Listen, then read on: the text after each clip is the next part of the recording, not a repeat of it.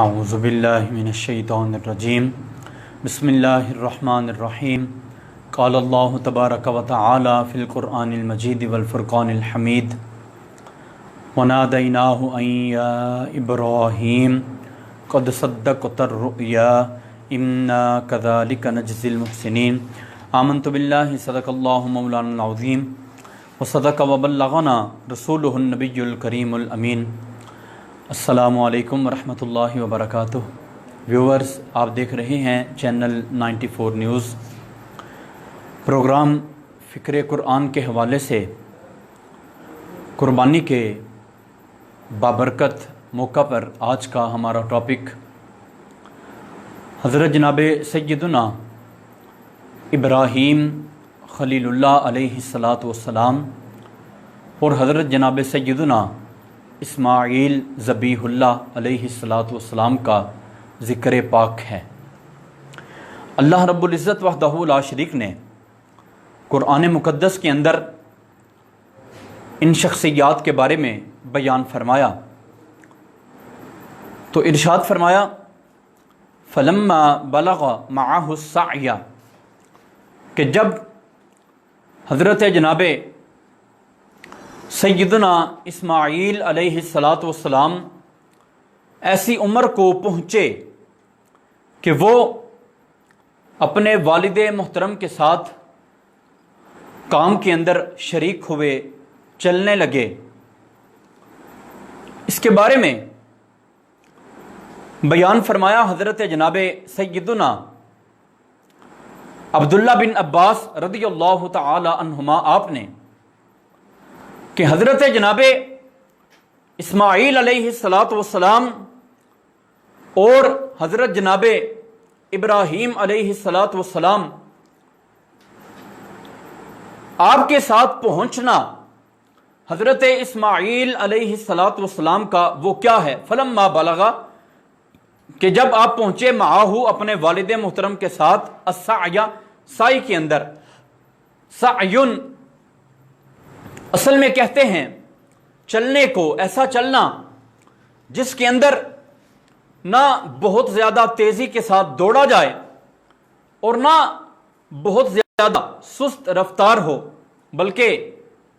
درمیانی چال کے ساتھ چلنا، اسے سعی کہا جاتا ہے، جس کے اندر ذرا دوڑنے کی طرف میلان پایا گیا ہو، اسے سعی کہتے ہیں۔ تو فرماتے ہیں کہ یہاں پہ سعی سے مراد ایک کوشش بھی ہوتی ہے، تو حضرت عبداللہ بن عباس رضی اللہ تعالی عنہما آپ اس کے میننگ یہ بیان فرماتے ہیں، اس کا معنی یہ ہے العمل، سعی کا معنی عمل، کام، آپ اپنے والد محترم کے ساتھ کام کے اندر شریک ہوئے۔ حضرت جناب سیدنا اکرمہ رضی اللہ تعالی عنہ جو حضرت عبداللہ بن عباس رضی اللہ تعالی عنہما کے شاگرد ہیں، آپ بیان فرماتے ہیں فلما بلغ معہ السعی، کہ جب آپ اپنے والد محترم کے ساتھ پہنچ گئے سائی کے اندر، تو فرماتے ہیں کہ سعیون کا معنی یہاں پہ یہ ہے ادرک معہ العمل، کہ آپ نے اپنے والد محترم کے ساتھ کام کو، عمل کو، کوشش کو پانا شروع کر دیا۔ اور حضرت جناب سیدنا قتادہ رضی اللہ تعالی عنہ یہ بھی تابعی ہیں، صحابی حضرت ابو قتادہ رضی اللہ تعالی عنہ آپ ہیں، یہ تفسیر فرماتے ہوئے ارشاد فرماتے ہیں لما مشا مع ابیہ، جس وقت حضرت سیدنا اسماعیل علیہ الصلاۃ والسلام نے اپنے والد محترم کے ساتھ چلنا شروع کر دیا، تو فرمایا اسے کہا گیا فلما بلغ معہ السعی، کہ جب سائی کے اندر چلنے میں، عمل میں آپ اپنے والد محترم کے ساتھ شریک ہوئے۔ اب فرمایا کہ حضرت جناب ابراہیم علیہ الصلاۃ والسلام نے یا بنیا، اے میرے بیٹے، انی ارا، میں آپ کو دیکھتا ہوں، فی المنام، خواب کے اندر، میں نے خواب میں سوتے ہوئے یہ معاملہ دیکھا،